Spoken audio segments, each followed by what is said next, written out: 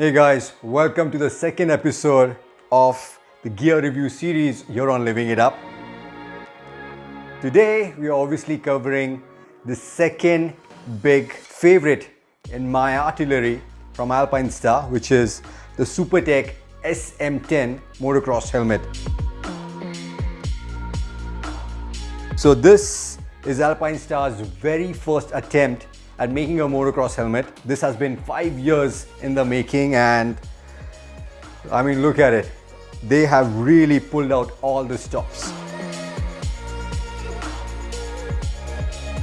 This is their flagship model. It's a full carbon fiber composite helmet, and you know what that means. It is ultralight. We are talking about 1260 grams light.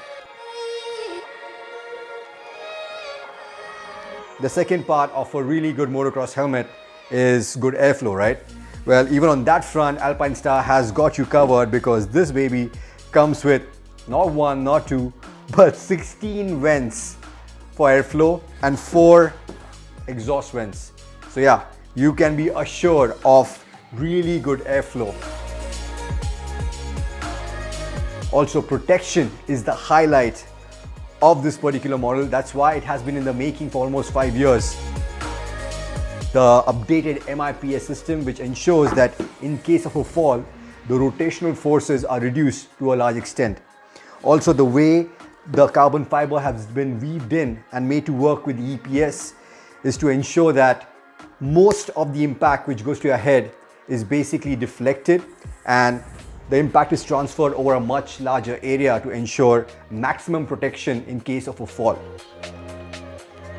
Also, the visor is a fixed design, and it's made so that it breaks off during a collision, to minimize the impact.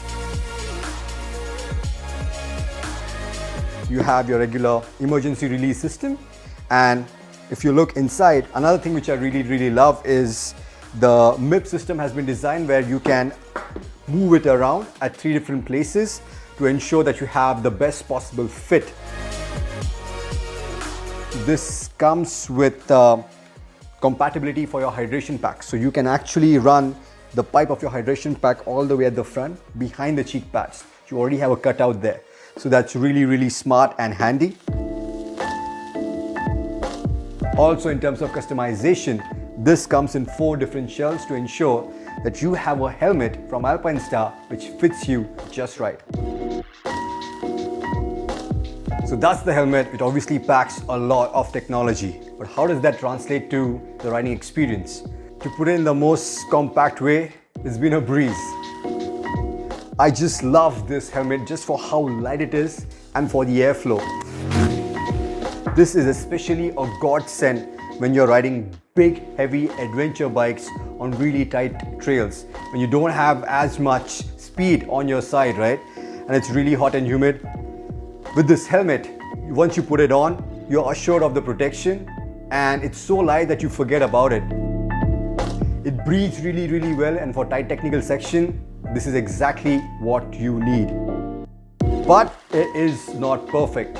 For example, if you look at the eye port, it's actually quite decent. But if you want to use a bigger goggle like this one right here, Liat, that's only possible after you remove this nose bridge. Otherwise, the goggle would not fit in. Secondly, the visor. As we know, it's a fixed design. It is not adjustable. So if you are like me, who also uses this helmet as an adventure helmet, you will be on the road for a fair bit before you hit the trail. And that means you will have to remove the visor, because it causes a lot of buffeting above 100 kilometers an hour.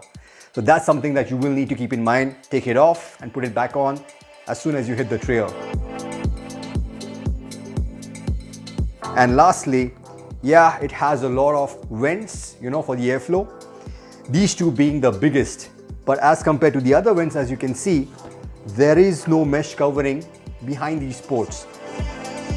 When you're riding motocross and you're riding behind someone, a lot of roost gets through and hits you in your face from these ports. So I really wish that it had some sort of mesh covering like the other vents, to ensure that nothing really gets through.